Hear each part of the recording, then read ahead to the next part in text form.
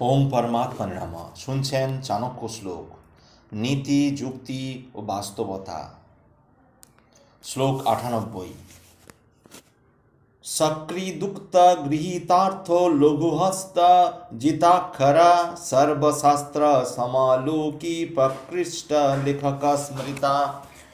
একেবারেই যিনি কথার অর্থ বুঝতে পারেন, লেখবার সময় যার হাত দ্রুত চলে, সর্বশাস্ত্র যার আয়ত্তে এবং সর্বশব্দ রাশি যার বশীভূত, তিনি প্রকৃত লেখক হওয়ার যোগ্য। সমস্ত নীতি শাস্ত্রজ্ঞ বাহনে রহিত ক্লমা শৌর্য বীর্য গুণোপেতা সেনাধ্যক্ষা বিধীয়তে। সমস্ত শাস্ত্র অস্ত্রশস্ত্রের জ্ঞানে যিনি অভিজ্ঞ, বাহন চালনায় যিনি দক্ষ ও অক্লান্ত, তিনি শৌর্য বীর্য গুণযুক্ত, তিনি সেনাধ্যক্ষ হওয়ার উপযুক্ত। সেনাপতি হওয়ার জন্য অস্ত্রবিদ্যায় সুপারদর্শী হতে হবে। শুধুমাত্র অস্ত্রবিদ্যা নয়, রাজনীতি, অর্থনীতি প্রভৃতি শাস্ত্রও যথেষ্ট জ্ঞান থাকা দরকার। অস্ত্রবিদ্যা শিক্ষা করলেই হবে না, তার প্রয়োগবিদ্যাও যথেষ্ট জ্ঞান থাকা দরকার। তাছাড়া বাহনাদি পরিচালনায় দক্ষ হতে হবে, অর্থাৎ হাতি, ঘোড়া, উট, রথ চালনায় পটু হতে হবে। মেধাবী বাক্পটু প্রজ্ঞ পরচিত্ত পলক্ষকা ধীরো যথোক্ত বাদী চদূত এষ প্রকীর্তিতা। যিনি সুতীক্ষ্ণ বুদ্ধিসম্পন্ন, সুবক্তা, বিচক্ষণ, অন্যের মনোভাব বুঝতে সক্ষম, শান্ত, সঠিকভাবে নিজের বক্তব্যে দক্ষতা দেখানোর যোগ্য, তিনি প্রকৃত দূত হওয়ার যোগ্য। রাজদূত এর কাজ অত্যন্ত চিন্তাকর্ষক। সেক্ষেত্রে একসঙ্গে অন্য অনেক ব্যক্তির যোগাযোগ রাখতে গেলে আবার কোথায় কার সঙ্গে কি কথা হলো অত্যন্ত যত্নের সঙ্গে মনে রাখতে হবে। আবার সেগুলি যোগসূত্র ঘটিয়ে সঠিক সিদ্ধান্তে উপনীত হতে হয়। শ্লোক 101। পুত্র পৌত্র গুণোপেতা শাস্ত্রজ্ঞমিষ্টপাচক শূরশ্চ কঠিনশ্চৈব সুপকারস উচ্যতে। পুত্র পৌত্র সমন্বিত, গুণবান, পাকশাস্ত্রে অভিজ্ঞ, সুগঠনের অধিকারী ব্যক্তি পাচক হওয়ার যোগ্য। এমন ব্যক্তি যিনি পুত্র পৌত্র সমন্বিত, সাংসারিক ব্যক্তি ও রন্ধন বিদ্যায় পারদর্শী, অত্যন্ত সুস্বাস্থ্যবান, তিনি রাজার পাচক হওয়ার যোগ্য। রন্ধন বিষয়ে অনেক দক্ষতা থাকা দরকার, সেই রসনাতৃপ্ত হওয়াও দরকার। ইঙ্গিতাকার তত্যজ্ঞ বলবান পীরদর্শনা সময়জ্ঞ সাবধান প্রতিহারী স উচ্যতে। ইঙ্গিত ও আকার তত্ত্বে যিনি অভিজ্ঞ, বলবান, সুদর্শন, সদা সতর্ক, কর্মে দক্ষ, তিনি দ্বারপাল হওয়ার যোগ্য। দ্বাররক্ষী হতে গেলে দক্ষতা হলো ব্যক্তির চোখ, মুখ, আকৃতি, মুখভঙ্গি দেখে অভিপ্রায় বুঝতে পারা। ব্যক্তিদের নিখুঁতভাবে দেখে বুঝতে হবে তাদের মুখের কথা মনের কথার মধ্যে সমতা আছে কিনা। না যা বুঝতে পেরে যে কোনো ব্যক্তিকে প্রবেশের অধিকার দিলে তা রাজার পক্ষে ক্ষতিকারক হতে পারে, তা দ্বাররক্ষীকেই বুঝতে হবে।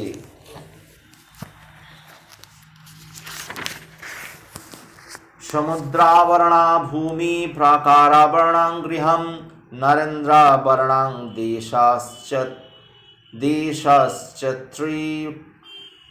দেশশ্চরিত্রাবরণা বধূ। পৃথিবীর আবরণ সমুদ্র, গৃহের আবরণ প্রাচীর, দেশের আবরণ রাজা, নারীর আবরণ চরিত্র। এই পৃথিবীর চারিদিকে জল, আমাদের এই পৃথিবী জলবেষ্টিত, চারিদিক সমুদ্র। যেন মনে হয় পৃথিবী রক্ষার জন্য সমুদ্র বেষ্টিত, বাড়িকে রক্ষা করার জন্য দেওয়াল দেওয়া হয়। দেশের আবরণ রাজা, রাজাই পারে দেশকে, দেশবাসীকে রক্ষা করতে।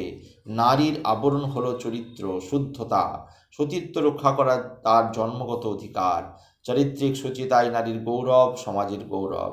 ঘৃত কুম্ভ সমা নারী তপ্তাঙ্গার সমাপমান তস্মাদ ঘৃতঞ্চ বহ্নিঞ্চ নৈকত্র স্থাপয়ে দুধ।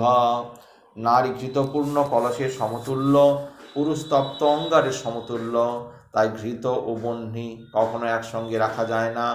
ব্যাখ্যামূলক, এই জগতে যেমন কিছু জিনিস আছে যা পরস্পরের বিপরীত গুণ সম্পন্ন, তারা পরস্পরকে আকর্ষণ করে তীব্রভাবে। পরস্পর আকর্ষিত গুণগুলি পরস্পরের কাছাকাছি এলে সেখানে বিপদ ঘটার সম্ভাবনা যথেষ্ট থেকে যায়। নারী ও পুরুষকে ঘৃত আগুনের সঙ্গে তুলনা করা হয়েছে। পৃথিবীর আদিকাল হতে নারী পুরুষের মধ্যে অমোঘ টান। নারী পুরুষ অবাধে মেলামেশা করলে সমাজে ব্যাধির কারণ হবে। নিজেদের মধ্যে পরিসীমা জ্ঞান না থাকলে এই মেলামেশায় সমাজে প্রভূত ক্ষতি হওয়ার সম্ভাবনা থাকা যায়। ফলে ব্যক্তিগণ সমাজ শৃঙ্খলা সুস্থিতি আনয়নের জন্য নারী পুরুষকে সম্পর্কের বাঁধনে বেঁধে সমাজে সুস্থিতি আনয়নের চেষ্টা করেন। আহার দ্বিগুণ স্ত্রীণাং বুদ্ধিস্তাস্তাং চতুর্গুণা ষড়গুণ ব্যবসায়শ্চ কামশ্চাষ্ট সুগুণ স্মৃতা। নারীর আহার দ্বিগুণ, বুদ্ধি চতুর্গুণ, ব্যবসায়িক বুদ্ধি 6 গুণ, কামনা বাসনা 8 গুণ। একথা মনে রাখা উচিত। সমাজে নারী পুরুষ পরস্পরের পরিপূরক, কিন্তু এক্ষেত্রে নারীকে অনেক বেশি গুরুত্ব দেওয়া হয়েছে। বলা হয় পুরুষের তুলনায় নারী আহার অনেক বেশি, পুরুষের প্রায় দ্বিগুণ আহার, কিন্তু নারীর বৃদ্ধি অনেক বেশি পুরুষের তুলনায়। পুরুষের তুলনায় নারীর বুদ্ধি চতুর্গুণ, ব্যবসায়িক বুদ্ধি বেশি 6 গুণ। এইভাবে ভোগ বাসনাও 8 গুণ বলা হয়েছে। তৎকালীন সামাজিক পরিস্থিতিতে দাঁড়িয়ে এগুলো বলানোর যুক্তি ছিল, কিন্তু মনে হয় পুরুষতান্ত্রিক সমাজে এভাবে নারীর পায়ে যে এভাবে শৃঙ্খল পরানো হয়েছিল। একথা সত্যি, যে কোনো ক্ষেত্রে নারীরা প্রবেশ করলে সেই ক্ষেত্রে প্রভূত উন্নতি সাধন হতে পারে, কিন্তু ভোগ বাসনায় 8 গুণ বলে নারীকে কার্যত অপমানিত করে শৃঙ্খলিত করার চেষ্টা করা হয়েছে। অসন্তুষ্টা দ্বিজানষ্টা সন্তুষ্টা ইব পার্থিবা সলজ্জা অগ্নিকা নষ্টা নির্লজ্জাশ্চ কুলস্ত্রিয়া। অসন্তুষ্ট ব্রাহ্মণ নষ্ট হয় সন্তুষ্ট রাজার মতোই। তৎকালীন সমাজে রাজা ছিলেন সকল শক্তির উৎস। সমাজে শ্রেষ্ঠ পুরুষ ছিলেন রাজা। রাজার কাজ ছিল প্রজাদের সুখে শান্তিতে রাখা। ফলে রাজাকে রাজধর্ম সঠিকভাবে পালন করতে হতো। সেখানে সন্তুষ্ট হওয়ার কোনো জায়গা ছিল না।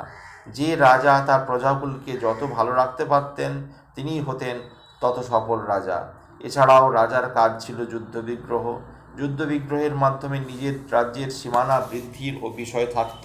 ফলে প্রতিবেশী রাজার সঙ্গে যুদ্ধ প্রায় লেগে থাকত। ফলে নিজের কর্মে রাজার কখনো সন্তুষ্ট হওয়া সাজে না। ব্রাহ্মণের কাজ পূজাপাঠ করে গৃহীর কল্যাণ করা, শিক্ষা দান করা, এই 2 কাজের মাধ্যমে ব্রাহ্মণের জীবিকা নির্বাহ হতো। ফলে ব্রাহ্মণ ও পূজাপাঠ বিদ্যা শিক্ষা দিয়ে যা পেতেন তাতেই সন্তুষ্ট থাকতে হতো। ব্রাহ্মণ যদি অসন্তুষ্ট হয়ে প্রচুর আয়ের কথা চিন্তা করত তাহলে সামাজিক দায়িত্ব কর্তব্য অবহেলিত হতো। যে মহিলা গণিকা বৃত্তি গ্রহণ করে সাধারণত তার অভাবের তাড়নায় ওই বৃত্তি গ্রহণ করা। গণিকা বৃত্তিতে তার কাজই হলো পুরুষের মনোরঞ্জন করা। ফলে প্রত্যহ নিত্য নতুন পুরুষের মনোরঞ্জন করতে হয়। এক্ষেত্রে গণিকা যদি লজ্জাশীলা হয় তাহলে আসল কর্মটি নষ্ট হয়। তাই গণিকার লজ্জাশীলা হলে চলে না। অপরদিকে কুলবধূর ভূষণ হলো লজ্জা। কুলবধূ যদি লজ্জাহীনা হয় তাহলে তার সতীত্ব নষ্ট হয়, ব্যভিচারিণী হওয়ার সম্ভাবনা থাকে। এইভাবে তৎকালীন সমাজে শোষণকৃত করার চেষ্টা করা হতো। শ্লোক 107। লালনে বহব দোষাস্তাড়নে বহব গুণা তস্মাৎ পুত্রঞ্চ শিষ্যঞ্চ তাড়য়েন্ন তু লালয়েৎ। লালনে আদরের অনেক দোষ, কিন্তু তাড়নে শাসনের অনেক গুণ। পুত্র ও শিষ্যকে শাসন করা উচিত, সেই জন্য বেশি আদর দেওয়া উচিত নয়। বলা হয়েছে পুত্র ও শিষ্যকে শাসন করা উচিত, আদর দেওয়া উচিত নয়। একটি শিশু যখন অবোধ, কিন্তু তাকে কখনোই শাসন করা উচিত নয়। 5 বছর পর্যন্ত শিশুর বাল্যাবস্থা, সেই সমস্ত সময় শাসন করলে শিশুর বিকাশ ঠিকমতো হয় না। ফলে 5 বছর পর্যন্ত শিশু বাবা মা গুরুজনের স্নেহ ছায়ায় দিন কাটান। তারপর ধীরে ধীরে বিদ্যা শিক্ষা শুরু হয়। এই সময় থেকে শিশুকে ধীরে ধীরে বিদ্যা শিক্ষার পাশাপাশি সামাজিক ন্যায় নীতি শিক্ষা করতে হয়, ভবিষ্যৎ জীবনে উন্নত হতে পারে। ফলে শিশুকে ঠিকমতো শাসন করতে পারে।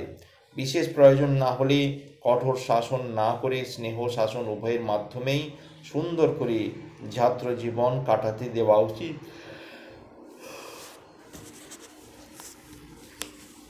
শিষ্যও সন্তান তুল্য, তাই সন্তানের ক্ষেত্রে সে নিয়ম চলে, শিষ্যের জন্যেও সেই নিয়ম চালানো উচিত। অতিরিক্ত শাসন যেমন সুখকর নয় তেমনি অধিক স্নেহ কাম্য নয়। প্রকৃত মানুষে উঠতে যা যা প্রয়োজন সেই ব্যবস্থায় গ্রহণ করা উচিত। अवंशे पतितो राजा मूर्खस्य पंडिता श्रुता निर्धनञ्च धनं प्राप्त তৃণবৎ মন্নতে জগৎ। রাজা যদি নিজ বংশজাত হয়, মূর্খের যদি পুত্র পণ্ডিত হয়, দরিদ্র ব্যক্তি যদি প্রচুর ধন সম্পদ প্রাপ্ত হয়, তাহলে রাজা জগৎ সংসারকে তুচ্ছ জ্ঞান করে। রাজা হলেন সমাজের দণ্ডমুণ্ডের কর্তা। তার আদেশ ও নির্দেশে সমাজের সকল কাজ সুনিয়ন্ত্রিত হয়। ফলে রাজার মর্যাদা ও সমাজে সবার উপরে। ফলে রাজবংশের সম্মান থাকা উচিত। কিন্তু রাজা যদি নিজ বংশজাত হয়, তাহলে তার দ্বারা সমাজ সঠিকভাবে পরিচালিত হতে পারে না। সমাজের বিভিন্ন শ্রেণীর মানুষকে হেয় ও হীন প্রতিপন্ন হতে হয়। কোনো মূর্খ ব্যক্তির সন্তান যদি পণ্ডিত হয়, তাহলে তার মধ্যে অহংকার ও দাম্ভিকতা প্রকাশ পায়। পাণ্ডিত্যের গৌরবে তার পিতা মাতাকেও হেয় প্রতিপন্ন করে।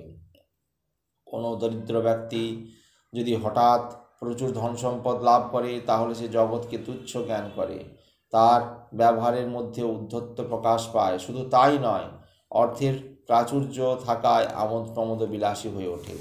তার ব্যবহারে অভিজাত্যের লক্ষণ প্রকাশ পায়।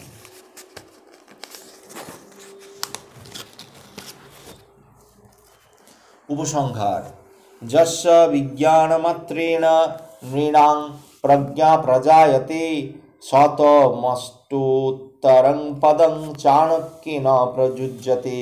যে শাস্ত্র পাঠ করে মানুষের জ্ঞান বৃদ্ধি পায়, সেই শাস্ত্র 108 চাণক্যের শ্লোক চাণক্য প্রণয়ন করেন। মানুষের দৈনন্দিন জীবনের অন্ন, বস্ত্র, বাসস্থান দরকার।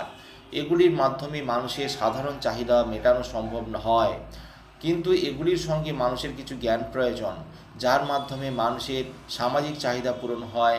কারণ মানুষ সমাজবদ্ধ। সমাজকে সুশৃঙ্খলিত না করতে পারলে মানুষের চরিত্রের অবমূল্যায়ন হয়। তার ফলে যেমন সামাজিক ক্ষতি হয়, তেমনি পারিবারিক ক্ষতি হয়। মানুষের বুদ্ধি আছে, বুদ্ধির জন্যে মানুষ পশুকে বশ করে প্রকৃতিকে নিয়ন্ত্রণ করছে। ফলে মানুষের প্রকৃতিতে যাতে প্রকৃতির ক্ষতি না হয়, তার জন্য সুশিক্ষার প্রয়োজন। তা সে যখন প্রতিটি সমাজ নিজেদের মতো করে সমাজকে সুশৃঙ্খলিত করার কাজে আত্মনিয়োগ করে, ফলে সমাজকে সুশৃঙ্খলিত করার জন্য চাই যথোপযুক্ত শিক্ষা। যথোপযুক্ত শিক্ষা না থাকলে কোনো সমাজ এগিয়ে যেতে পারে না। ফলে সমাজের প্রতিটি মানুষ দায়িত্ব কর্তব্য থাকে সমাজকে এগিয়ে নিয়ে যাওয়ার। এই শ্লোকগুলির প্রতিটি চরণে লিপিবদ্ধ হয়েছে সেই সব জ্ঞানের কথা, যা মানুষকে অনেক উন্নত মানুষ হতে সাহায্য করে, ওই সমাজকে সুশৃঙ্খলিত করতে সাহায্য করে। কোনো মানুষই চিরদিন পৃথিবীতে থাকে না, কিন্তু সমাজের মঙ্গলের জন্য প্রতিটি মানুষই কিছু দায়িত্ব কর্তব্য থাকে। প্রতিটি মানুষই তার কর্তব্য দায়িত্ব সম্পর্কে সচেতন থাকলে সমাজ সুন্দর করে গড়ে ওঠে। তা চাণক্যের 108টি শ্লোকে বিবৃত হয়েছে। আজ এই পর্যন্তই। আগামী পর্বে শুনতে পাবেন দ্বিতীয় পর্ব, অন্যান্য চাণক্য শ্লোক। ধন্যবাদ। ওম পরমাত্মনে নমঃ।